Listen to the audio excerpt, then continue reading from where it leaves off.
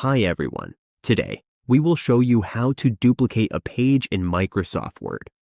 If you want to save time by copying layouts, forms, or document pages, this tutorial is for you. Now, on your Microsoft Word document, if you want to duplicate a page, here is what we do. We move the cursor to the very beginning of the page. Then, we select all the words, tables, or any content on the page. Once everything is highlighted, we simply right-click and copy it. Next, we go to the last page and press Enter to create a new blank page. Once the new page is ready, we right-click and paste.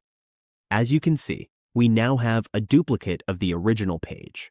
From here, we can adjust the text, margins, or layout on the new page as needed.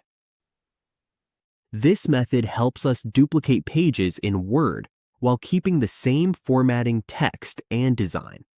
It is a simple copy and paste approach that makes document editing faster and easier. And that is how we duplicate a page in Microsoft Word.